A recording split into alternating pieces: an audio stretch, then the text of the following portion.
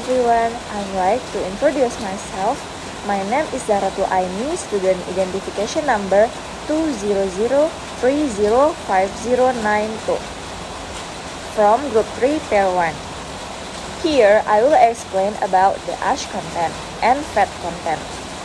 First, I will give an introduction to the ash content. Ash is an inorganic residue left over from complete oxidation by foodstuff which has about 96% consisting of organic matter and water. The ash content in foodstuff is related to the minerals content in certain ingredients. Minerals are divided into two parts. The first part is organic salt and two parts inorganic salts. Example of organic salts are malic, oxalic, acetic, and pectic acid, while example of inorganic salts are phosphate, carbonate, chloride, sulfate, and nitrate salts. Mineral properties are difficult to find in their original form. It is necessary to do this by knowing the remains of burning mineral salts, or what is called ashing. Abu dapat digunakan untuk berbagai tujuan. Salah satunya untuk menentukan baik atau tidaknya suatu pengolahan, mengetahui jenis bahan yang digunakan, dan sebagai penentu parameter nilai gizi dari suatu bahan makanan. Sebagai contoh, analisis kadar abu yang tidak larut dengan asam yang cukup tinggi akan menunjukkan adanya kontaminan atau bahan pengotor pada makanan tersebut. Pengujian kadar abu dapat dilakukan dengan dua cara. Cara yang pertama adalah untuk menentukan kadar abu secara langsung atau dengan kata lain dengan cara kering. Organik akan dioksidasi pada suhu yang tinggi sekitar 500-600 derajat Celcius, kemudian zat yang tertinggal setelah proses pembakaran akan ditimbang.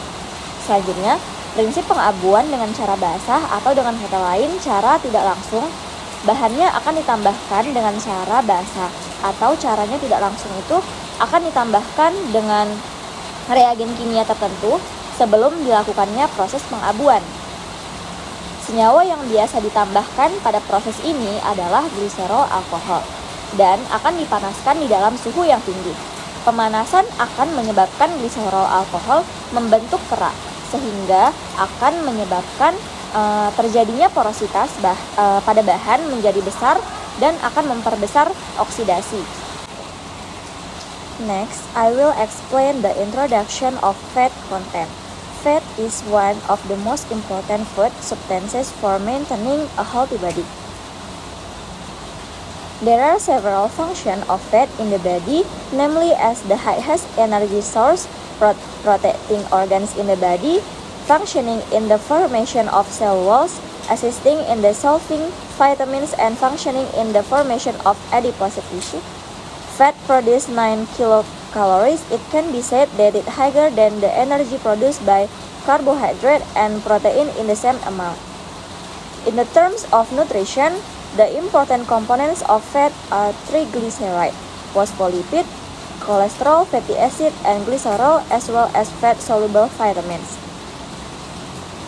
Dalam proses pembentukannya, trigliserida merupakan hasil proses kondensasi satu molekul gliserol dan 3 molekul asam lemak yang akan membentuk satu molekul trigliserida dan akan menghasilkan 3 molekul air. Berdasarkan kejenuhannya, lemak terbagi menjadi 2, yaitu yang pertama adalah